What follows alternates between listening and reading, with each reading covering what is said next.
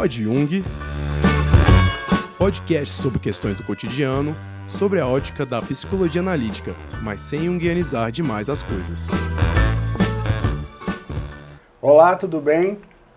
É um prazer ter você aqui de volta e hoje nós vamos conversar sobre um assunto que, modéstia à parte, é um dos meus assuntos preferidos. Quem me conhece sabe, quem me acompanha sabe, do prazer que eu tenho e da paixão que eu tenho pelo tarô e principalmente da abordagem que a gente pode fazer a ele como um instrumento de autoconhecimento.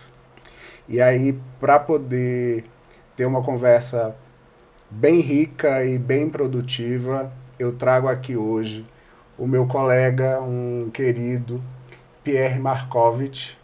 Não sei se falei o nome dele certo. Certinho, tá certinho. É um prazer te receber, Pierre, para a gente conversar aí sobre nossa paixão comum, não é? Só um pouquinho, né? Pois é, como é que começa a tua história aí com o tarô, usando o tarô como um instrumento para o autoconhecimento, para essa busca do desenvolvimento interior? Bom, a minha história com o tarô é praticamente vitalícia. Uma das minhas primeiras memórias de vida começou, sei lá, por 7 para 8 anos de idade. E foi exatamente nessa época, no 8º ano de existência nesse plano aqui, que eu resolvi me interessar pelo esoterismo. Eu comprava aquela revista Planeta. Então, na revista Planeta eu descobri um tarozinho desse tamanhozinho assim de recortar. E aí esse foi meu primeiro tarô, era de Marseille, era horrível, era todo picotado, cheio de coisinha. Então, aí depois de um tempo eu consegui acabar juntando um dinheiro e tal, e comprei aquele egípcio daqui, que também não era um tarô muito interessante não, mas aí a gente foi aos trancos e barrancos, né, com aprendizado de criança, crescendo, mas na velocidade de criança, que a gente já discutiu aqui um pouquinho antes, que você também teve uma história parecida, e que essa paixão que a gente teve desde cedo, é que ninguém explica, muita gente diz que é kármico até, esse processo da gente ter se interessado tão jovem por esse tipo de tarô. E você começa então com esse olhar numa idade, acho que nós, né? Assim, já que você trouxe a minha história dentro dessa nossa conversa, mas a gente começa quase que com uma brincadeira, né? Eu acho que sim, acho que começou como brincadeira e eu gosto de dizer que o tarô é meu amigo mais antigo. Então assim, uma amizade mesmo, você começa a ficar familiar com os arquétipos, você olha para aquelas imagens, elas vão tocando no teu inconsciente e fazendo parte até da tua construção de crescimento, de amadurecimento. Então eu fui batizado junto com você como criancinha lá, a gente foi batizado no tarô, ainda levando não muito a sério aquilo, mas você sabe também que não tem como não levar a sério um arquétipo que fala direto com o teu inconsciente, desse jeito. E principalmente quando a gente fala de crianças, né? Porque a criança ela ainda está muito diluída também dentro desse inconsciente, né? Assim, ainda é um processo de formação egóica, onde a criança ela ainda é muito atravessada naturalmente por esse inconsciente, aí você está aí lidando com imagens e com conteúdos que bebem diretamente dessa fonte, é natural que isso comece a mexer, não é? E comece a precipitar também processos dentro da vida dessa criança, né? Você percebeu isso na tua história? Sem dúvida nenhuma, eu lembro até de vários eventos, assim, que, tipo, o apoio não foi nem, assim, um apoio propriamente dito, foi a construção inteira daquele momento. Tipo, honestamente, eu não sei nem se eu estaria aqui, pelo menos não tão estruturado quanto estou, se não fosse a ajuda severa, pesada das cartas na minha vida. Eu não levava isso como profissão desde sempre. Algumas pessoas começaram assim, jovens e estimulados pela família já colocaram isso para jogo, não é o meu caso. Eu levei o tarô como amigo mesmo, quase que a minha existência inteira. Mas somente 11 anos atrás é que virou uma carreira por uma virada significativa que teve na minha vida. E de onde partiu essa virada, assim? Como é que isso sai dessa dimensão de algo tão íntimo, né? E você coloca isso num lugar de serviço para o outro, para um desconhecido? Inicialmente foi uma questão assim muito grande, inclusive teve um cabo de guerra muito gigante na minha cabeça, porque não foi inclusive uma ideia minha. Né? Minha melhor amiga na época falou assim: vem cá, Pierre, já que aconteceu tudo isso com você nessa sua última carreira, né, que deu uma catástrofe, um desastre assim, sistêmico na minha carreira, falou, por que você não pega e começa a trabalhar com tarô? Eu falei, não, mas isso é sagrado. Existia a primeira, né? O primeiro impacto foi uma resistência muito forte, inclusive. Ela falou, não, olha, eu acho que você seria muito feliz fazendo isso, você vai precisar aprender algumas dinâmicas e realmente eu precisei, né? Porque aquilo era um processo, como você mesmo disse, íntimo, né? Então, era uma coisa que eu vivia, escolhia as pessoas para quem eu ia jogar, que não era para mim, né? A maior parte do tempo eu só utilizava o tarô para mim. Era uma ferramenta pessoal de autoconhecimento, de estruturar a minha vida e de repente virou uma coisa que vou abrir para o público geral, para quem estiver interessado. E ainda ter que construir clientela, aprender a transformar isso num negócio, foi realmente uma transição muito grande. Agora também, por outro lado, tem tem um quê de serviço, né? Que isso acaba gerando dentro de você e para além de você, né? Assim, da alma estar em função do outro, da alma estar de alguma forma disponível para servir, para se colocar, para intervir positivamente na vida do outro, né? Como é que isso ganha essa característica dentro de você, assim? Não foi uma decisão só mercadológica, foi uma decisão que foi para além disso, né? Com certeza, mas para te falar a verdade, eu já encarava o tarô dessa maneira, porque volta e meia eu estava puxando uma pessoa, vem cá, você está precisando de um tarô, vamos lá em casa. Tinha alguns amigos meus que inclusive ficavam aterrorizados quando eu falava isso, né? Principalmente quando eles eram novinhos, assim, esses aí, quando, sei lá, o dia todo, 12, 13 anos, eu pegava e falava, não, você está precisando de um tarôzinho, vem cá. A pessoa já ficava, ai meu Deus, ele vai falar que eu vou morrer. Né? Por que as pessoas têm essa fantasia? Porque eu acho, assim, hoje em dia eu já acho quase que cômico isso, né? Assim, quando a gente está tão predisponível para a fatalidade, para a dor, para o mal-estar, que assim, não existe recado bom, né? Não existe advertência positiva, não existe. É sempre para poder trazer uma desgraça para a vida de alguém, né? Como é que... É tipo isso mesmo, né? Tipo, pra te falar a verdade, eu já até levo no humor isso aí. As pessoas chegam pra você assim, ah, mas não vai me dizer, né, que eu vou morrer, não. Então deixa eu te falar, você vai morrer. Então não vai ser agora, talvez, provavelmente não, mas tu vai, né? Então a pessoa já fica um pouquinho mais leve, então você vai quebrando a pessoa com um pouquinho de brincadeira. Mas as pessoas, às vezes, chegam com o contrário, falam, olha, não precisa se preocupar não, pode falar tudo o que você viu, tá? Então, se você enxergar ali qualquer coisa que for pesada, não fica preocupado. Eu falo, pode deixar. Agora, isso também acaba sendo um divisor importante quando a gente pensa na postura profissional que se adota, não é? Na forma como você lida com o próprio oráculo. Claro. Porque existem pessoas que, de fato, elas estruturam o trabalho a partir da fatalidade, porque a fatalidade acaba engajando mais e sendo mais rentável, né? As donas Júlias, né? É diferente de a gente, sem citar nomes, donas Daianes, donas Júlias, donas qualquer coisa, né? Mas as moças do poste. As moças, né, do poste, essa é boa.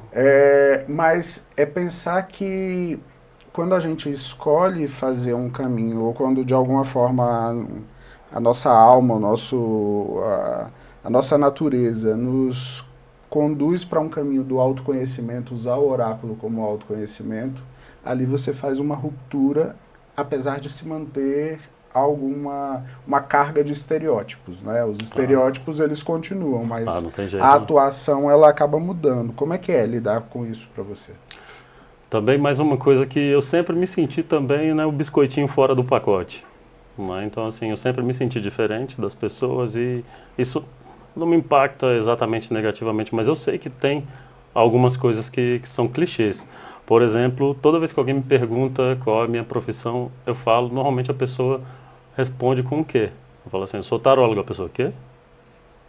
Né? Tipo, tem um estranhamento original, sem mencionar ainda tem um preconceito, né, por causa das mulheres do poste, como você falou.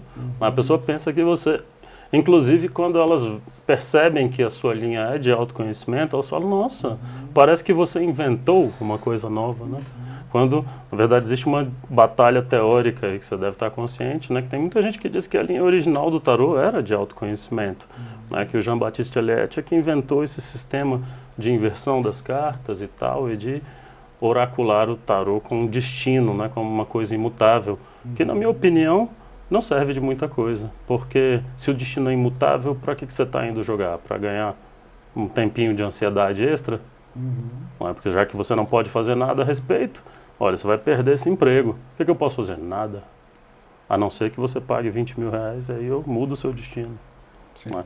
Quando a pessoa é desse jeito, não é? Aí faz mais sentido, você entende melhor por que a pessoa faz isso. Mas, honestamente, eu já vi algumas pessoas que acreditam na linha preditiva e não são desse jeito. Elas acreditam realmente que elas estão prevendo o seu futuro e que não tem jeito de mudar. Não é a minha crença. Eu acredito no tarô de autoconhecimento, num tarô de mudança, de aconselhamento. Não é? Então, quando as pessoas enxergam isso, a visão fica diferente, mas normalmente a gente é interpretado pela visão da mulher do poste. Inclusive, a mãe de uma ex-namorada minha já perguntou para ela se eu usava turbante. Né? Eu era uma labi-sabe agora, né? Mas assim, esse caminho do autoconhecimento também, ele é um caminho mais exigente para o profissional, né? Porque você não pode descuidar do seu próprio autoconhecimento. Tem que estar em dia, né? Você vai ter que estar o tempo todo ali disponível para se investigar, e parece que quanto mais a gente cava, mais o chão fica lodacento, né? Assim, as coisas vão ficando um pouco mais complicadas. E, por outro lado, tem também uma questão de um estudo que não cessa. Isso. Né? É um caminho que não tem muita volta para você... não tem uma medida de suficiência para você falar assim, não, já sei o suficiente, já consigo entregar tudo que precisa ser entregue para qualquer pessoa. Essa busca, como é que você acaba vivendo essa busca no teu cotidiano, na tua vida? Eventualmente, ela virou tudo na minha vida, né, a busca, porque eu trabalhava no emprego mais clichê, mais caretinha antigamente. E O que você fazia? eu trabalhava com tecnologia, fazia manutenção de equipamentos de informática. Certo. Então, assim, eu trabalhei 14 anos com isso. Então, você tinha expediente, né, sugerido, né, de entrada, para você cumprir no mínimo, né, essencialmente dizendo. Mas tu trabalha, faz ali aquele trabalhinho careta e, tipo, depois você vive a sua vida. Quando você trabalha com uma coisa que você acredita, tipo autoconhecimento, a sua vida vira a ópera completa. Então eu acordo, eu já faço meu banimento de manhã, eu faço minhas práticas de manhã, dou minha caminhada. Então tudo isso está incluído no pacote do autoconhecimento. Aí eu vou trabalhar, a pessoa vem com umas questões, eu me reflito nas questões dela. Então o aprendizado que eu tive nesses 11 anos de tarô foi infinitamente maior do que o que eu tive em todos os anos anteriores, que foi uma época, assim, considerável numericamente muito maior, mas de frequência muito menor também do uso do tarô, né? Então agora eu utilizo o tarô todos os dias. Então, o nível de aprendizado, chegaram coisas para mim assim que eu nunca imaginei acontecer. Cartas que você imagina, essa carta é completamente positiva, não existe jeito dela torcer, mas você olha na jogada uma pessoa completamente torcida. E o contrário, uma carta que normalmente as pessoas têm fobia, tipo 3 de espadas, todo atravessado, o coração por espada, dando um recado maravilhoso para a pessoa, dizendo que aquilo é que vai salvar a relação dela. E isso é muito interessante, porque é o que... a vida da gente depende muito do contexto, né? Aquilo que a gente conota como algo positivo ou negativo reflete diretamente o contexto em que nós estamos vivendo, a gradação das coisas, né? Assim, o excesso e a falta refletindo sempre uma problemática, e saber ganhar essa percepção, né, de qual é a nuance certa, né? Acho que a grande base dos oráculos é essa, né, PR? É de tentar entender qual é o ritmo que está tocando para que a pessoa possa dançar, né? Eu acho que conseguir encontrar essa sintonia fina acaba sendo o grande desafio, né? Eu acho que, inclusive, isso mostra para mim, pelo menos, que o tarô é mais uma forma de arte do que uma ciência. Né? Porque os arquétipos estão ali, você aprende, o louco quer dizer isso, então você aprendeu o básico ali. E aí você acaba criando uma derivação muito interessante em cima dessas imagens. Elas falam com você e você vai percebendo nuances delas conjugadas com outras cartas ou numa situação específica que uma pessoa está falando, né? Como, por exemplo, às vezes a pessoa pergunta, né, quer saber como é que está a situação dela, um aconselhamento sobre o amor. Aquela carta específica para o amor talvez seja muito dura, mas para uma relação profissional talvez seja justamente o que você precisa, né? A energia de competitividade numa relação amorosa seria nociva, mas dentro do trabalho talvez colocasse você exaltado, né? Então, essas nuances são, na minha opinião, bem artísticas e infinitas. Tipo, quanto mais tempo eu passo estudando tarô, mais eu vejo nuances, variações diferentes. Mas, tipo, como eu tive recentemente uma jogada para mim, a carta na mesma jogada, a carta da estrela negativa e a da torre favorável. Isso praticamente é um impropério, né? Tipo, Principalmente para uma pessoa que está iniciando um estudo sobre tarô, né, e que ela acaba determinando muitas vezes o que é positivo, o que é negativo, Exato, né? Isso acaba é quase que inviável, né, pensar dessa forma. Mas é justamente aí que eu acho que entra a sensibilidade do profissional, não só o conhecimento teórico, né, mas a sensibilidade também de saber entender que tudo tem sombra e luz, que tudo tem um aspecto que é valoroso e um aspecto de vicissitude, né? Viver também ajuda muito isso, né? com certeza. Acho que os garotinhos que nós fomos lá não- atrás, eles não estavam conseguiriam preparados chegar para nesse lugar, mas agora, já homens experimentados, fica mais fácil a gente conseguir perceber essas coisas. Com né? certeza. E a gente percebe, inclusive, algumas coisas que variam de tarô para tarô, né? A gente olha para um tarô que a gente gosta, por exemplo, eu gosto desses dois aqui, o Rider-Waite-Smith e o do Crowley. Você vê que o autor mesmo expressa no mesmo arquétipo diferenças da sua própria opinião. O 8 de copas, por exemplo, na maioria dos tarôs, ele é uma carta sinistra, né, pesada, enquanto que o 7 de ouros costuma ser uma carta leve, tranquila. No do Crowley é a inversão dessas imagens, é bem engraçado. O 7 de ouros é uma carta pesada e o 8 de ouros é uma carta suave. Você olha aquela coisa, tá passando o caminho numa boa. Então a própria pessoa fala, lógico, tem mais de um lado possível na carta. Os básicos, só para a gente entender o conceito, né? Isso é ruim normalmente, mas você pode transformar numa superação, né? Mas existem outras oitavas ainda no meio do caminho dessa equação. E você percebe isso como uma forma de intuição misturada com a conjugação das cartas, a energia da pessoa. É um combo que dá até preguiça para os novatos olharem para isso e falar assim, não, e agora eu nunca vou aprender a jogar esse negócio, né? E história de vida também, né? Porque o Jung, ele falava que quando a gente pensa na formação de um analista, que era imprescindível estudar, que era imprescindível fazer supervisão, que era imprescindível fazer análise pessoal, mas que mais imprescindível do que tudo isso era viver, né? Porque é a partir da vida que a gente vai acessar certas coisas, que a gente vai acessar certos afetos, e que esses afetos vão nos povoar e vão nos deixar prontos para o outro, né? Caso contrário, a gente não tem como conduzir até onde a gente não foi. Perfeito. Né? Certo.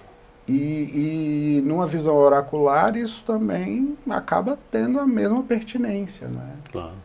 Eu ainda gosto da ideia de você conseguir andar nos sapatos dos outros também. Isso me impressiona bastante. Nem todo mundo gosta de fazer esse exercício, porque às vezes é uma coisa dolorosa, né? Mas se você souber conduzir de uma maneira agradável para você, pode ser enriquecedor também. E já aconteceu comigo muito na mesa de tarô.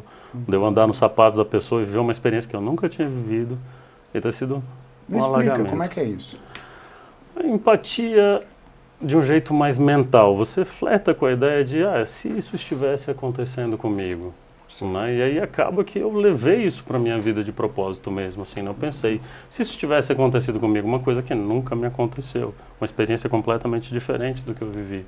Né? Imagina, por exemplo, uma pessoa que, eu não gosto muito de viajar, por exemplo, uma pessoa que viajou o mundo inteiro, botou a mochila nas costas e foi na loucura, sem dinheiro, para voltar. Eu gosto dessa ideia da jornada, né? Então, essa experiência me foi muito interessante tentar entrar na sintonia com a pessoa.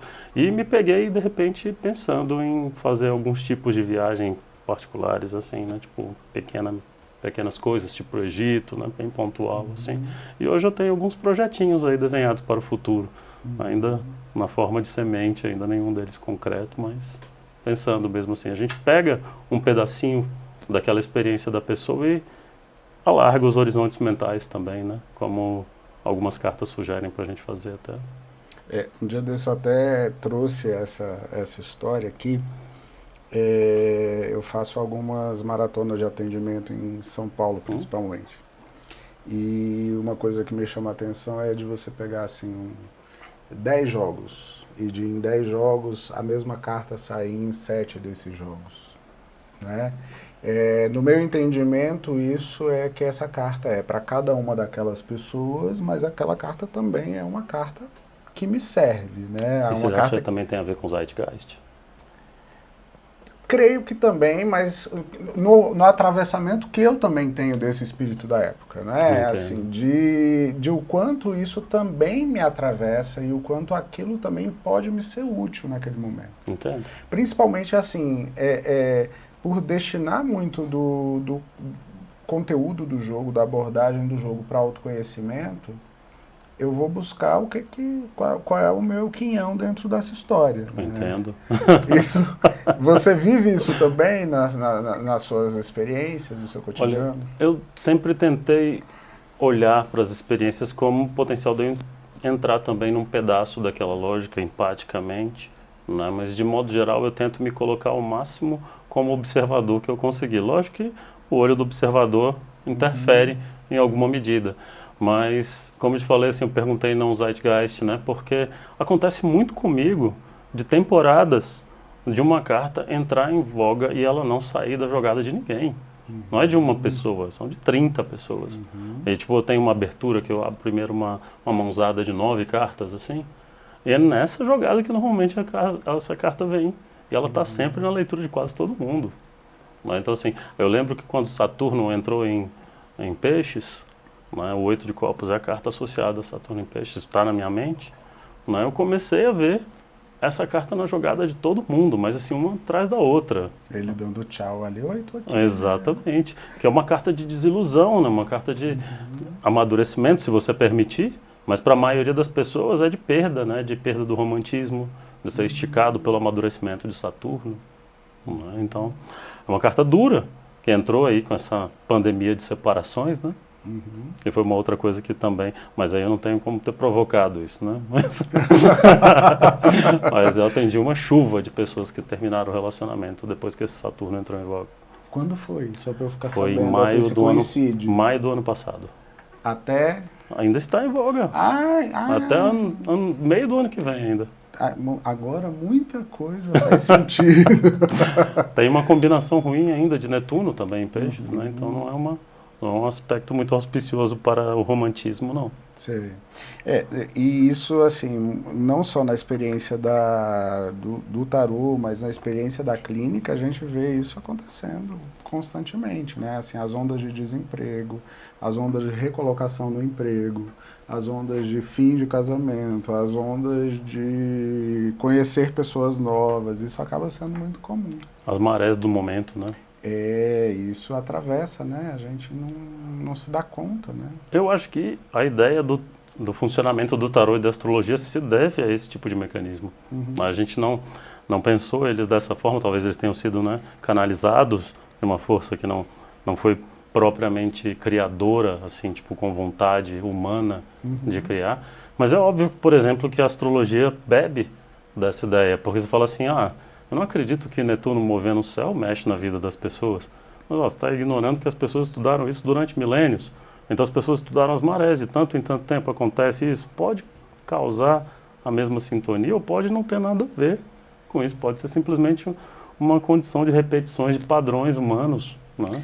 E que muitas vezes as pessoas elas entram, principalmente na astrologia, o olhar mais cético vai colocar assim, mas esse movimento que está sendo calculado não é o movimento astronômico que se pode observar e tal. Eu já ouvi muito Como essa. se, de fato, o que se buscasse, o que se explorasse, os cálculos que se fizesse lá atrás, eles tivessem como preocupação, como ênfase, né, uma precisão dessa ciência cartesiana, dessa ciência iluminista, né? Pois é, um argumento bem vazio, né?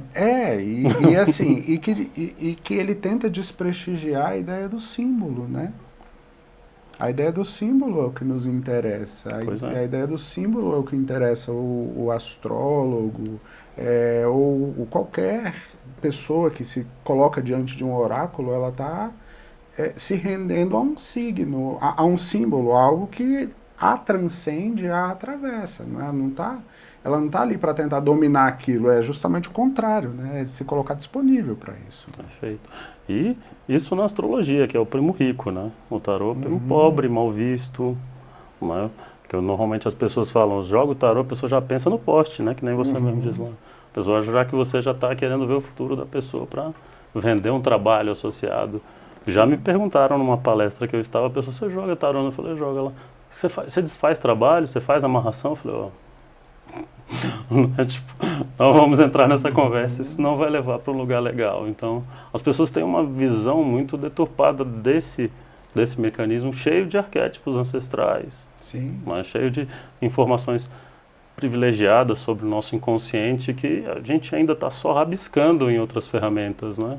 Então, eu acho muito engraçado as pessoas descartarem essa coisa milenar para valorizar uma ciência que ainda está nos seus primórdios e gatinhando e se questionando todo o tempo ainda, porque é assim que se faz mesmo, né? Mas para um argumento vale a ancestralidade, para o outro não vale. Sim, exatamente. É engraçado isso, né? As pessoas se perdem um pouco nesse caminho. Mas calcular o céu astrológico, isso era para astronomia, não é para astrologia. Não é? O ponto já desviou do zero de Áries faz muito tempo. Tá, mas isso é uma realidade psicológica, não precisa ter equivalência no céu. Até porque aquela abstração de achar que aquilo é o Áries, né? Você já viu as estrelas, como é que são? Parece que, se for aquele o símbolo de Áries, foi uma criança que desenhou aquilo ali, e ela não sabia desenhar. Uma criança de 2 anos Tipo com gizão de cera, né? Só Daquele se que mal for. cabe na mão, né? A de Libra, eu fiquei assim, isso parece mais um cabide do que Libra, né? Aquele desenho todo mal feito, não parece uma balança. Jamais. As constelações são muito já forçadas para ter essa ideia do arquétipo, né? Então, a interferência magnética das estrelas sobre a gente, eu não sei se é verdadeiro ou se não é. Para mim, o que importa é se funciona aquele tipo de coisa. E eu vejo muita gente, eu não acredito muito nisso. Aí você vê, assim, a personalidade da pessoa combina muito bem com aquilo que é a energia kármica que ela nasceu, que foi avaliada comportamentalmente. As pessoas avaliaram, não, vou falar aqui para você que você é desse signo. E aí, se uma massa muito grande não for compatível com aquela energia, daqui a pouco ninguém mais olha para essa ciência, né? Então é uma coisa meio empírica também, no final das contas. É empírica e ao mesmo tempo que é empírica, ela também é como um valor arquetípico. O arquétipo, ele passa por atualizações, né? A cada vez que aquilo é vivenciado mais uma vez por uma pessoa, ela, ao mesmo tempo que ela bebe daquela informação, ela faz download, mas ela também faz upload para aquilo. Claro. Né? Então é pensarmos que esses valores que a gente está tratando aqui, tanto do tarô quanto da astrologia, é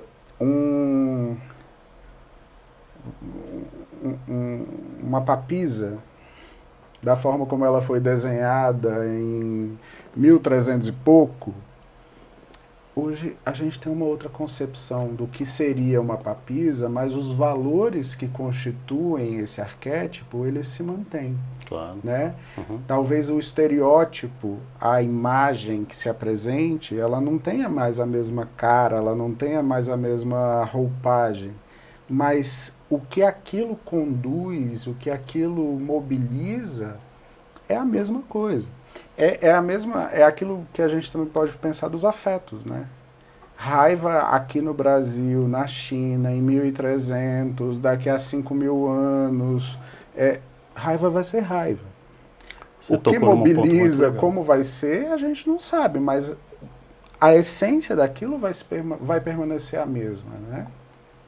Você tocou num ponto bem legal, assim, eu já andei refletindo sobre como a visão a respeito do significado dos arcanos, das cartas, né, mudaram ao longo do caminho, da jornada das pessoas. Porque, por exemplo, hoje eu reparo que o 9 de espadas, uma carta que representa a crueldade, né, que é uma coisa muito em voga, especialmente com o sexo feminino, do jeito que está acontecendo, a nossa construção, é uma carta muito poderosa, outras cartas falam mais baixo.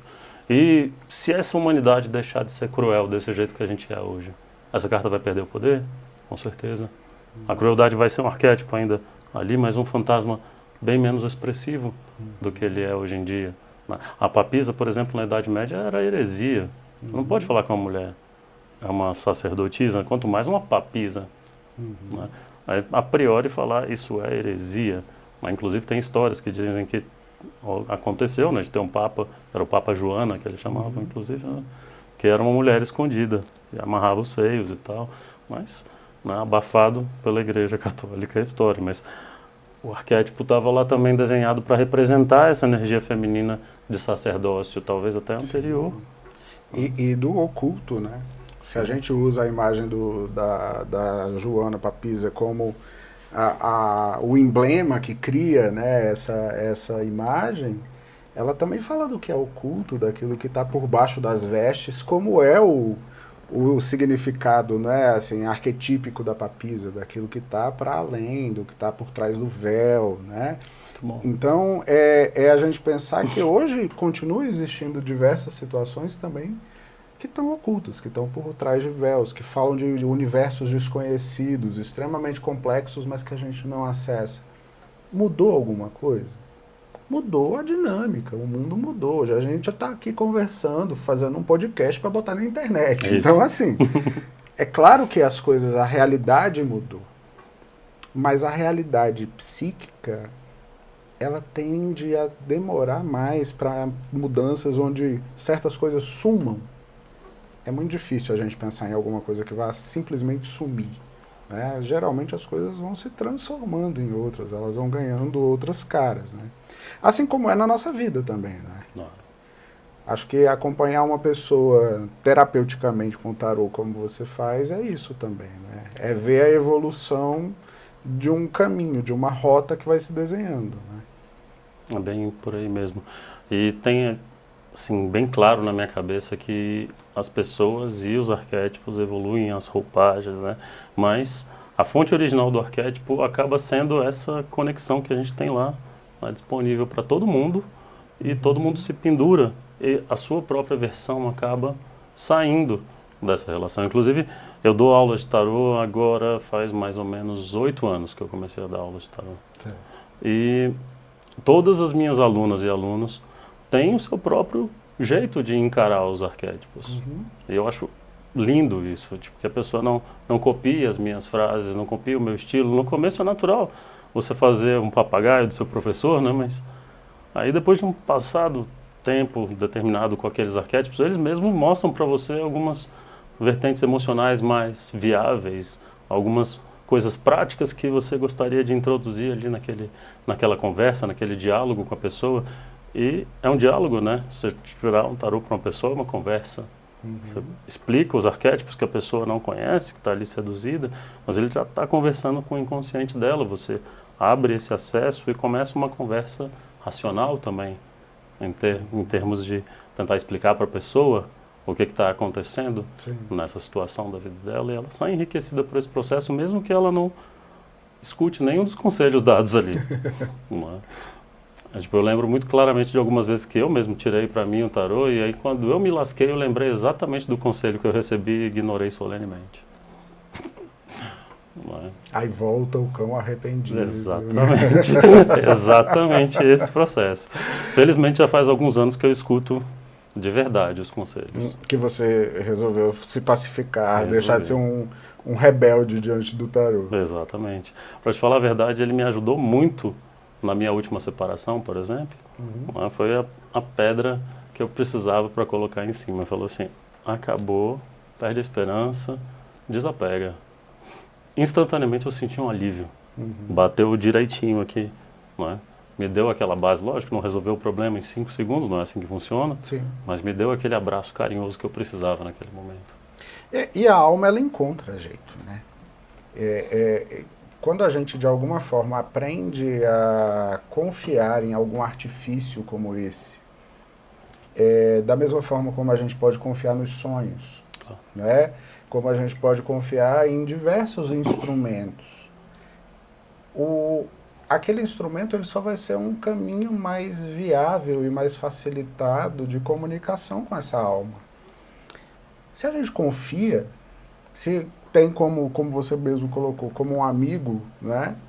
A gente vai confiar naquilo dali e o remédio vem, né? Seja o remédio uma bronca, seja o remédio um afago, uma orientação, um freio, aquilo vem.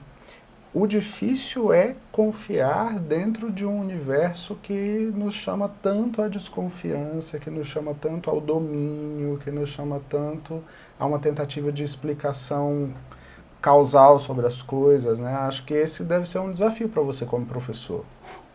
É assim, também como tarólogo também quando eu estou fazendo as consultas, porque existem alguns tipos de pessoas essencialmente dizendo, né? Tem o primeiro que é o clichêzão, que é a pessoa que vem para te testar, ela não quero falar nada, você me fala tudo. Aí você vai lá, tudo bem, você quer assim, vamos lá. E a pessoa, normalmente essa quer ser quebrada, né? Quer ser chocada. E essa que está esperando isso, obviamente, tem essa versão menos interessante do tarô. E em algum momento, uma pessoa que veio várias vezes desse jeito, um dia ela falou, não vou facilitar a sua vida não. Eu falei, querida, você está entendendo errado. Se você baixar a guarda, você vai facilitar a sua compreensão. Eu vou te ajudar a entender melhor isso aqui. Enquanto você fica gastando essa energia tentando ser quebrada, é só isso que você recebe. A camada mais profunda fica mais difícil de ser acessada, né? Quanto os alunos, o bloqueio já é outro, né? Ele quer ser maravilhado, mas de um jeito que ele seja capaz de criar a maravilha. Porque normalmente meus alunos já são clientes, ou então pessoas que já têm uma propensão a chegar nesse lugar, já vêm mais abertas, no sentido de, eu acredito na maravilha no tarô, mas normalmente não acredita que pode produzir. Certo. De alguma forma desconfiam da própria capacidade, ainda se inibem diante do oráculo, nesse sentido que você fala. Com certeza, bastante. Inclusive, essa é a primeira coisa que você tem que superar, né, para realmente convencer a pessoa a tirar cartas para outra pessoa. Para ela mesma, ela até tira, mas também não confia, só que aqui é um jogo de soma zero, né? Deu errado, tudo bem. Agora, quando você fala para outra pessoa, você aceita uma responsabilidade, uma seriedade, né? O que é engraçado porque a pessoa está ali no começo, se ela avisar para outra pessoa que ela é iniciante, a responsabilidade deveria ser limitada também. Né? Mas normalmente as pessoas vêm com um excesso de seriedade antes da primeira tiragem. Assim, engraçado que isso é mais difícil de quebrar, né, nos alunos. E também a vontade de eu quero saber tudo agora, em 5 segundos. Né? Então, tem até umas coisas engraçadas e que são recorrentes, que eu falo todo tempo para meus alunos, que é aquela ideia, mas eu não dou conta de jogar que nem você. Eu falo, então, você está entendendo que eu sou seu professor? Não, e que, assim, efetivamente ela nunca vai dar conta de jogar como você, porque só quem dá conta de jogar como você é você mesmo. Tem essa ainda. Não é uma questão de mérito qualitativo, né? É uma questão de... é a sua unidade promovendo aquele jogo, né? Tem isso. E esse desespero de aprender tudo em 5 segundos também tem que ser quebrado, né? Então a pessoa vem, eu já queria saber logo tudo, então senta aí que eu te dou todas as aulas hoje. A pessoa, não, obrigado. Mudei de ideia, não está mais aqui, né? Vamos relaxar, vamos fazer tudo devagar. Tem uma mistura de ansiedade com medo, né? De não conseguir chegar nesse lugar.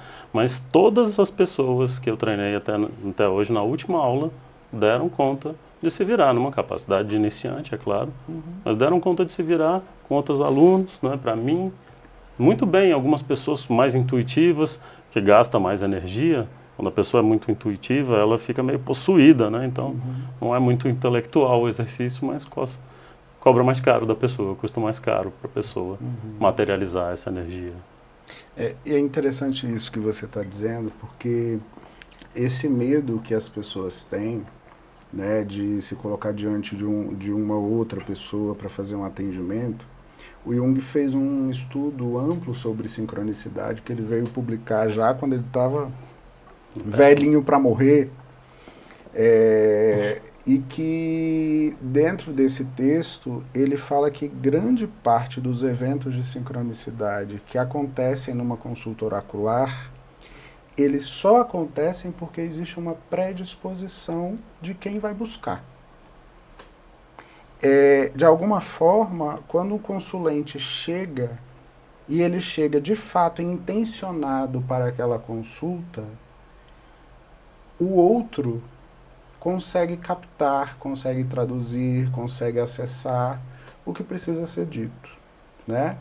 Ele entende isso como o campo que se forma ali naquele momento como um campo auspicioso para uma sincronicidade.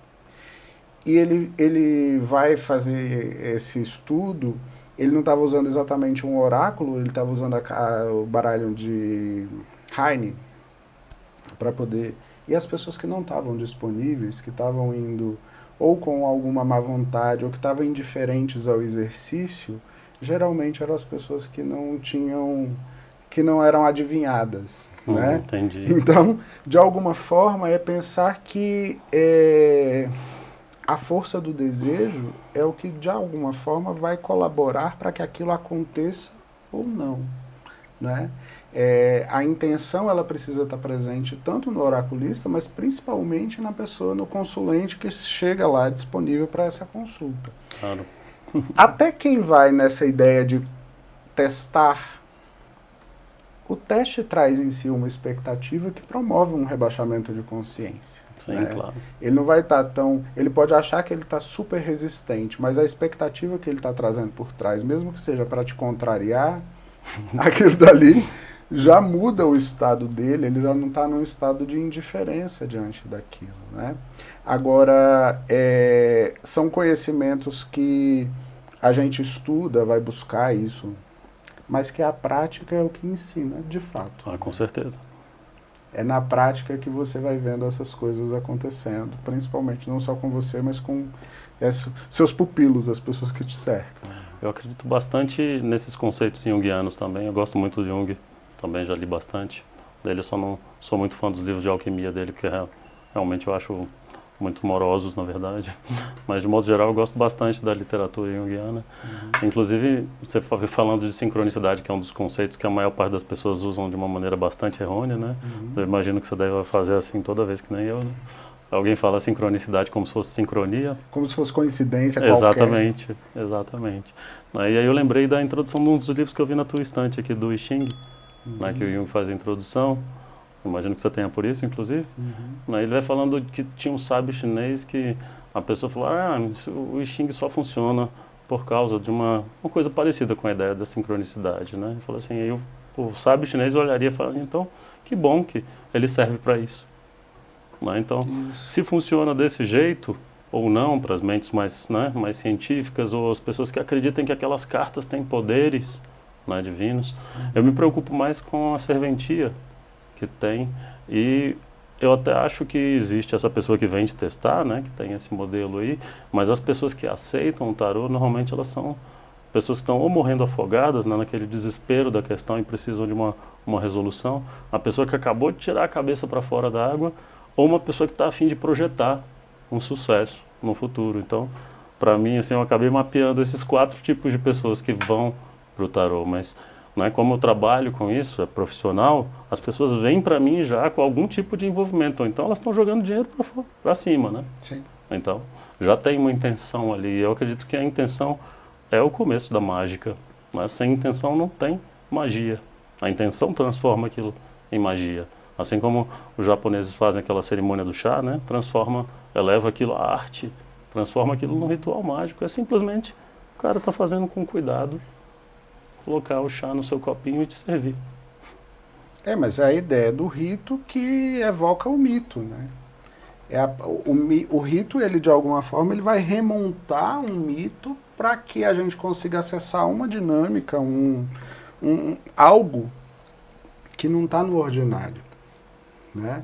É sair de um campo do ordinário e buscar uma outra num outro estado, né? Que salva, como você disse, né? Ajuda a colocar a cabeça para fora da água, mas que também pode ser farol, né? Que também pode ajudar a indicar novas possibilidades, a fazer florescer possibilidades que até então a gente fica ali no estado de latência, né? Agora você tem uma experiência também que é curiosa, que é do atendimento no eixo, né? Isso aí agora está começando, né? É, É um projeto recente. e aí, como é que é? Como é que pinta essa história? Olha, na verdade eu já fiz atendimentos em outros lugares, em cafés, né? Então, assim, eu tenho uma experiência, inclusive teve uma determinada época que foi quebrado pela pandemia. Eu tinha uma casa de chá que era maravilhosa, uma casa de chá muito especial, assim, a qualidade dos chás das pessoas lá e tal. E me convidaram para fazer um atendimento lá, onde no final eu indicava um chá para a pessoa ainda. Mas isso virou um fetiche, assim, as pessoas adoravam receber a indicação do chá no final de uma consulta rápida de tarô. Certo. E aí chegou um momento lá, inclusive, que eu estava trabalhando no sábado e no domingo, era só inicialmente era nos sábados e acabou ficando tão cheio que me propuseram fazer um aumento no domingo. É um evento assim de batidão, é muito forte, né, muitas pessoas, muito envolvimento energético, mas isso também é um aprendizado muito grande, não é? Você misturar com a energia de várias pessoas e se limpar depois, obviamente. Misturar e desmisturar, Exatamente. assim, instantaneamente. Né? Mas eu fiz preparações, né? Então, assim, eu me bania antes de chegar lá, depois, chegava em casa, ficava quietinho, né, e tal. No outro dia, eu me preparava de novo, quando eu fazia em 2 dias. E no terceiro dia que não tinha atendimento, eu ficava o dia inteiro em casa, isolado, né, me recuperando do batidão, que era muito mais espiritual do que físico, porque fisicamente mesmo era pouco exigente, né? Sim. Mas atender muita gente assim é realmente enlouquecedor. Eu lembro que eu atendi mais de 35 pessoas em 2 dias, né? É bastante. Agora também, por outro lado, tem uma mística também, que muitas vezes envolve a imagem do oraculista, do tarólogo, como é o nosso caso aqui, né, que muitas vezes as pessoas elas projetam e elas esperam de uma forma muito mais mágica do que de fato é, né? Assim, elas têm uma expectativa de um excesso de ritual, que é uma construção de uma persona mística, né? Ali Do tarô também, né? As pessoas têm essa imagem do tarô. Você só pode ganhar tarô, você não pode comprar. E vão se criando histórias em torno disso, histórias assim, quase jocosas em torno disso, né? Assim, do que você pode, do que você não pode, do que você está fazendo aqui, mas como que você, né?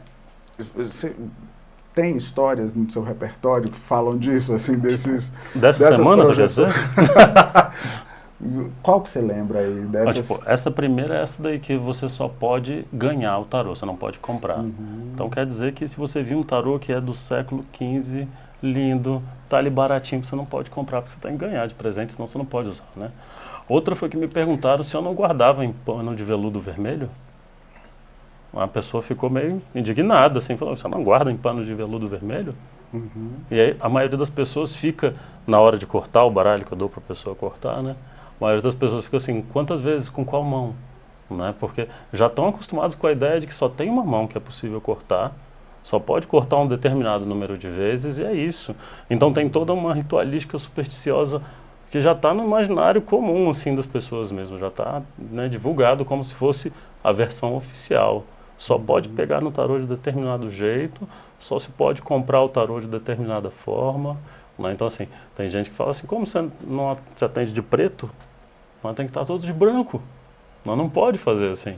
Né? Essas são as místicas em torno do oráculo propriamente dito. Do oráculo, né? propriamente dito. E em torno do oraculista?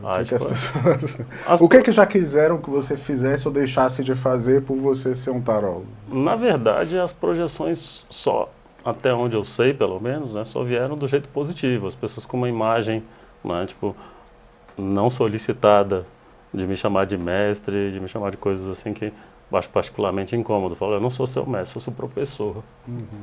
Não vem com essa de Eu não estou mandando você, né, viver de determinada maneira, né, indicando como você deve fazer as suas escolhas. Vamos cuidar dessa necessidade de ter mestre na sua terapia. Exato, boa. Né? Então, tipo, você vê uma pessoa que insistiu mesmo, e eu falava, não, sou seu mestre. E ele, não, você é meu mestre. Aí ele, quando ele me chamava de mestre, eu até tentava brincar com ele, mas não funcionou. Essa realmente não teve jeito. Eu acho isso particularmente negativo. A pessoa não aceitar que ela mesma é mestre da sua vida, né? E não você indicando isso. Mas, de modo geral, as pessoas me trataram muito bem. Teve um caso só de uma pessoa que era psicoterapeuta e ela foi ser atendida e ela surtou no meio do atendimento.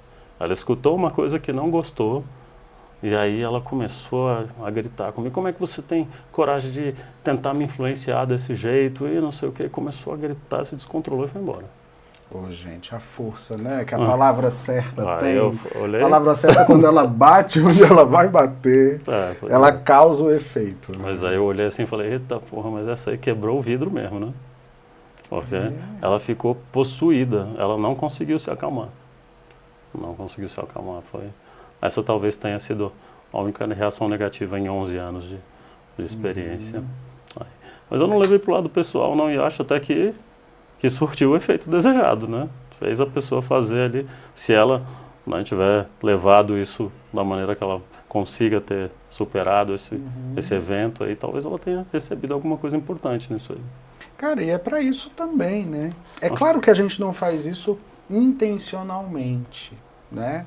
Ninguém vai provocar uma pessoa para exasperar uma pessoa simplesmente. Né? Não é Agora, obviamente, quando a gente se coloca disponível para fazer um trabalho, não só com oráculo, mas também com terapia, psicoterapia, você está ali para mexer.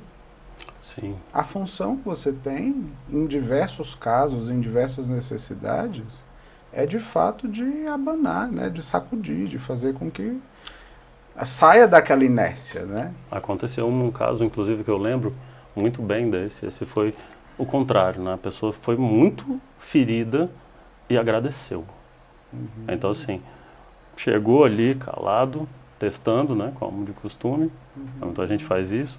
E aí, o tempo todo falando de arquétipo paterno, e eu não sei o que me possuiu também, que o tempo todo falando da figura paterna, da influência do pai, e não sei o que, daqui a pouco o cara desaba de chorar. O pai dele tinha morrido há uma semana. E aí ele chorou, se recuperou, agradeceu e foi embora.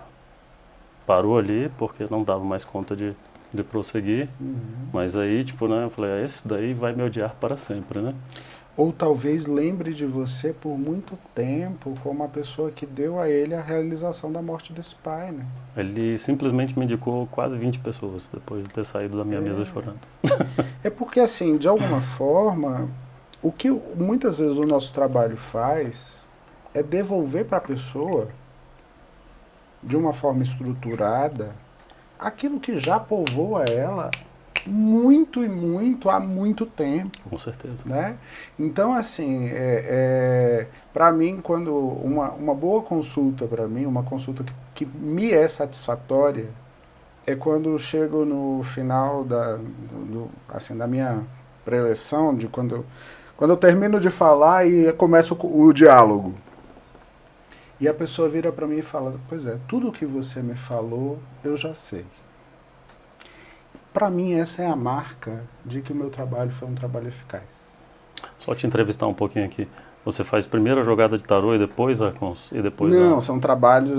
Eu tenho uma divisão. Uma divisão. Uma divisão. Eu tenho um muro invisível que separa a minha mesa de atendimento de tarô e meu atendimento com psicoterapia. Mas a minha consulta de tarô, o primeiro momento da consulta, eu vou trazer uma questão inicial, vou questionar se de fato aquela questão ela dialoga com a pessoa. Pronto, é a pergunta que eu vou fazer. E depois eu vou explanar o que tem disponível em torno daquela questão. Certo.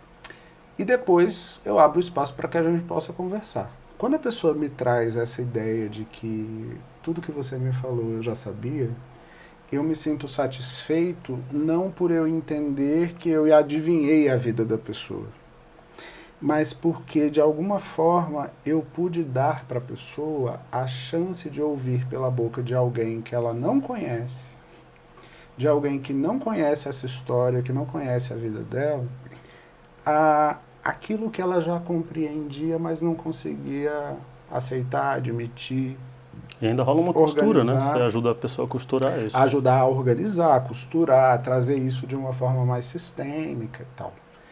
Porque, em grande parte, talvez porque eu já trabalho com essa metodologia já há algum tempo e tal, as pessoas que me chegam, elas não me chegam mais perdidas. Elas não me veem no poste. Então, quando elas chegam, elas já chegam indicadas por alguém, ou porque viram alguma palestra, ou porque... Então, assim, o que vai acontecer aqui é isso, né? É tentar colocar as coisas um pouco mais no lugar. Perfeito. E isso, o efeito disso, acho que a reverberação que isso gera vai muito para além da própria consulta, né? Pessoas que vêm depois de 5 anos falam assim, eu queria marcar uma consulta, você lembra de mim? Lembro, mas não lembro. Vagamente, assim. Vagamente e tal. Não, porque agora eu estou entendendo, porque agora está me fazendo sentido. Isso é uma outra coisa que me surpreende também, a lembrança. Certo. Tô jogando tarô para você aqui agora, nesse momento.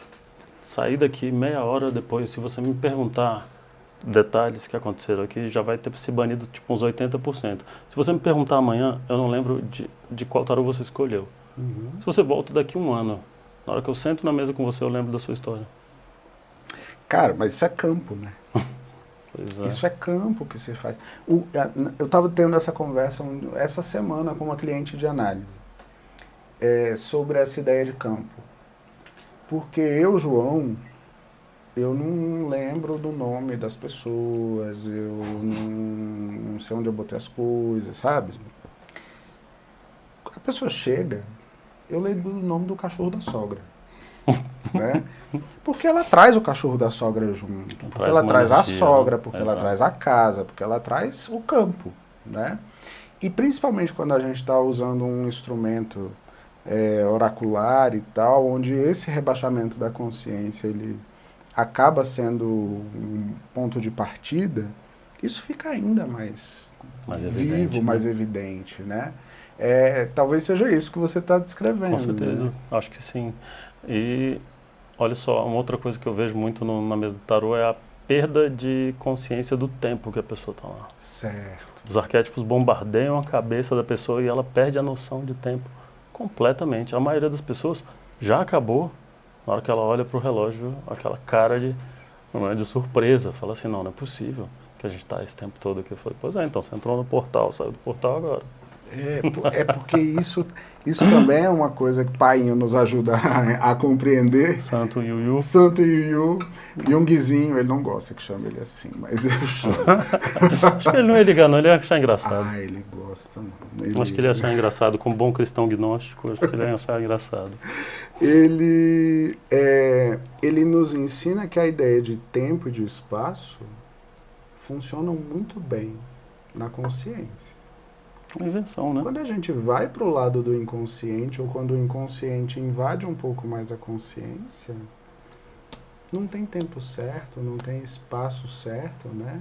E aí uma consulta de 2 horas vira 15 minutos, né? As pessoas ficam impressionadas sempre quase, né? Tipo, muito raro a pessoa não ficar impressionada com o passado do tempo.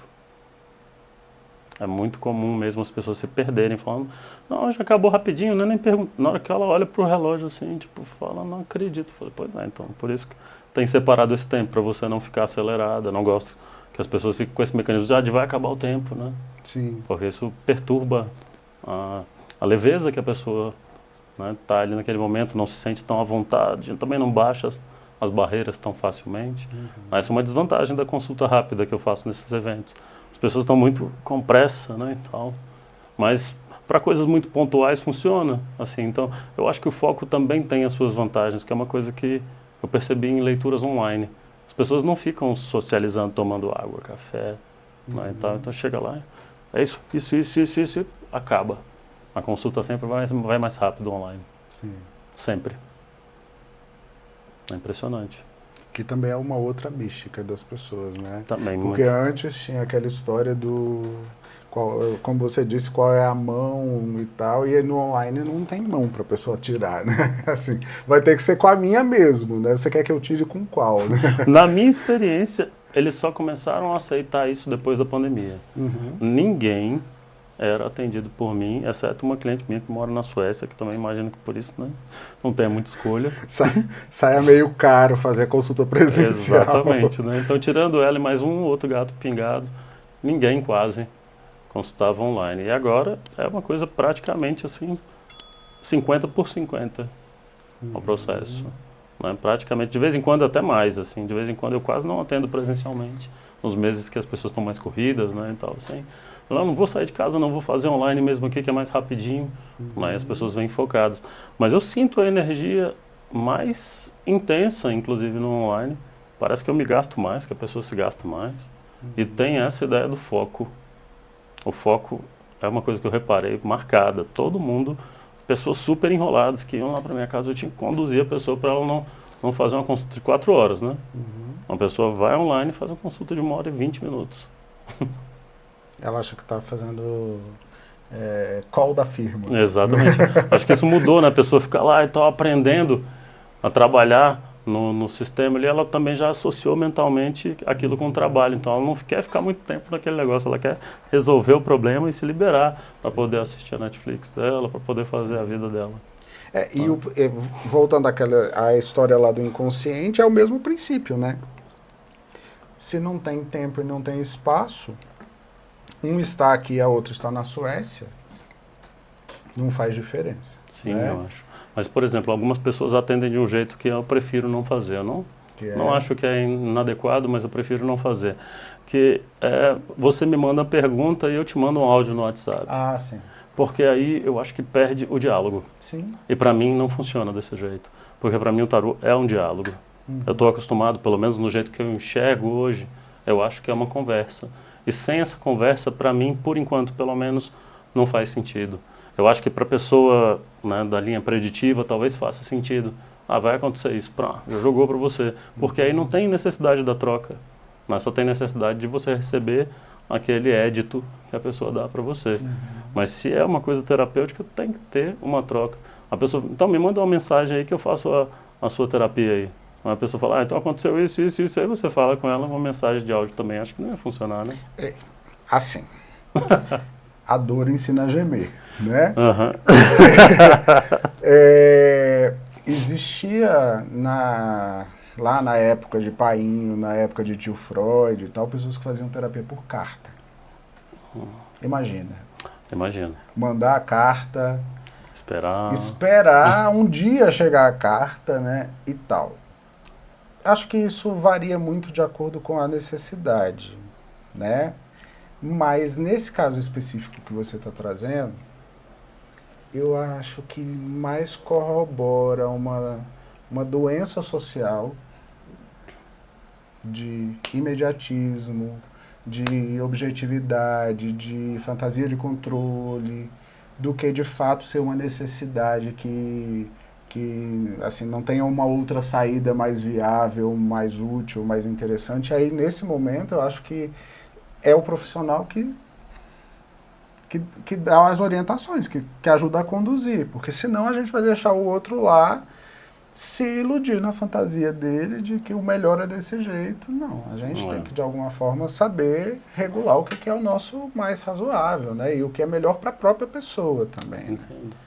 É uma discussão, né, teórica e tem muita gente que deve discordar disso, né, mas para mim não funciona, então isso que importa para mim, né? Eu não ia me sentir à vontade fazendo desse jeito, então melhor não fazer, né? Se você vai fazer uma coisa mal feita para você, você já está sendo, né, tipo, violado por esse processo, aceitando isso desse jeito, então prefiro não fazer desse jeito. Mas online, no Zoom ali bonitinho, funcionou maravilhosamente bem. Eu sempre tive vontade de fazer, eu não tinha, era muita gente que aceitasse antes da pandemia. Na pandemia, praticamente durante o processo da pandemia inteira, só atendimentos online, né? Então foi bem cresceu nessa direção, muita gente aceitou. Tem muitas pessoas que rejeitavam sumariamente, assim, aceitaram e algumas só querem desse jeito hoje em dia, o que é mais engraçado ainda. Né? As pessoas se acostumaram, aceitaram finalmente a tecnologia nesse sentido. Aí as pessoas falam, ah, não tem conexão. Tem conexão sim. Tem a vontade de uma pessoa e a vontade da outra, a conexão está feita aí. Né? Você achar que eu preciso estar do seu lado? Preciso estar do seu lado para te dar uma água, um café. Mas para te passar o arquétipo da imagem, porque isso aqui é um pedaço de matéria. Um pedaço de papel com tinta e um pouquinho de plástico. O sagrado é o desenho que tem aqui. Isso aqui, mais uma superstição, né? O tarô é sagrado, não pode tocar desse jeito.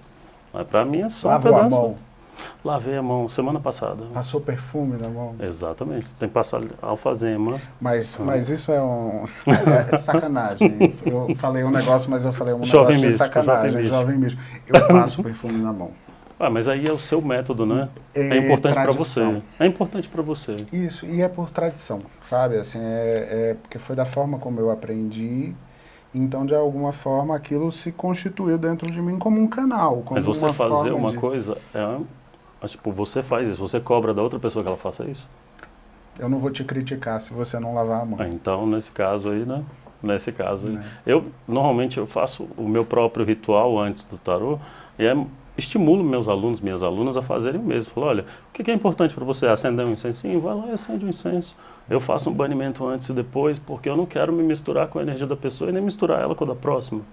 Então eu faço questão de fazer 2 limpezas, uma antes e uma depois da consulta, sem a pessoa presente, para não atrapalhar, né, tipo assim, nas crenças dela, no campo dela, para ela mesmo se limpar do jeito que ela quiser.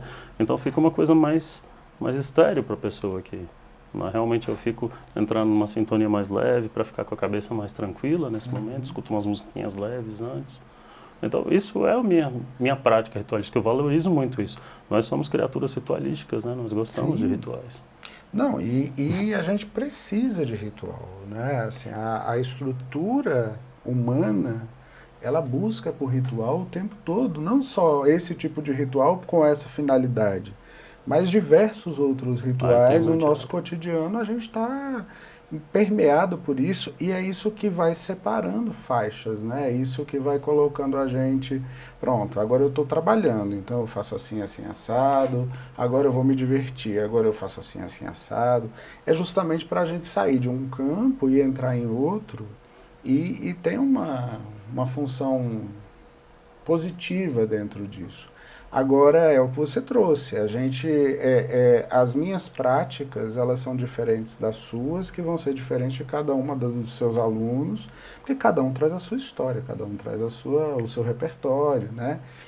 E é desse repertório que de fato faz a mágica se faz nisso, né? Como cada um consegue se colocar inteiro diante daquele exercício, né? Essa busca também faz parte do ensinar, né? Com certeza. Saber não buscar em cada um, mas fazer com que cada um busque o seu jeito, onde é que sua tomada liga, né? Pois é, isso aí é a coisa que a gente mais tem que aprender quando vai dar aula para o outro, né? De não anular a individualidade da pessoa, de falar, olha, o arquétipo é esse daqui, mas você vai entender ele do seu jeito particular, assim como, por exemplo, a cobra é um animal lindo. Para mim, eu tenho um amigo que se você falar com a palavra cobra perto dele, ele quase morre do coração, só de ouvir a palavra. Ele tem uma fobia pesada, a cobra. Então, para mim, esse símbolo quer dizer uma coisa interessante, eu já penso em coisas místicas, em trocar de pele e tal, não sei o quê. E para ele tem um símbolo de terror, de medo configurado. E para um biólogo que trabalha num serpentário, é só um instrumento de trabalho dele. Pois é, né? Cada um encara o símbolo de um jeito, né? Sim, e aí é pensar que, da mesma forma, o arquétipo é um só. O arquétipo da torre é o mesmo. Exato. Mas a imagem arquetípica que vai se revelar para mim, para você, que vai se revelar para mim num atendimento que eu estivesse me submetendo com você, num atendimento que eu estiver promovendo para uma outra pessoa. Essa imagem vai mudando, né? E acontece uma coisa super engraçada durante o aprendizado, essa é outra observação interessante que eu fiz ao longo dos tempos, que é a seguinte: as pessoas têm dificuldades com algumas cartas quando estão aprendendo. Aí você vai ver a dificuldade da pessoa, ela não está com dificuldade da carta, ela sabe o que a carta quer dizer, mas ela está resistindo àquela carta de alguma forma. Então você vai ver que aquilo diz alguma coisa sobre a pessoa. E é sempre a mesma carta que ela tem dificuldade. Eu não consigo entender essa carta e essa daqui. Duas ou três dos arcanos maiores, os arcanos menores multiplicam um pouquinho, né? Sempre aumenta o número de cartas que as pessoas têm confusão. Aí a pessoa já dominou os 22 arcanos, mas está ainda tretando com uns 2 ou 3 arcanos maiores. Aí você vai ver a pessoa não consegue lidar com aquele processo energético numa boa na vida pessoal dela. Ela tem dificuldade de aceitar, de repente, o lado dela que é festivo, hedonista, ou então tem dificuldade de aceitar a tranquilidade, porque é muito ansiosa. Não é? Então, não se depara bem com a ideia dos amantes porque não consegue se decidir, tem dificuldade de escolher qual direção seguir, então já tem um ponto terapêutico ali na rejeição do arquétipo já para a pessoa. Geralmente é quando chama demais a atenção ou quando de alguma forma a gente tem essa dificuldade, é onde mora, né? Exatamente. É onde mora o perigo. É onde mora o aprendizado ali, né? Exatamente. Aí você foi mais gentil com a alma nesse momento. Tipo, tem uma carta que eu lembro muito claramente, assim, o 5 de espadas, que é a derrota inicial, né? Muita gente chama só de derrota.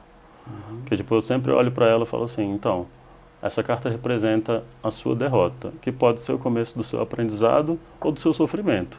Quem vai escolher qual dos dois é a sua mente. É o jeito que você pensa aquela coisa. Então você pode escolher aprender com aquilo ou falar, coitadinho de mim, fracassei. Né? Eu sei que é sublime perante o fracasso você pensar desse jeito, mas a oportunidade do tarô, para mim, está configurada nesse modelo.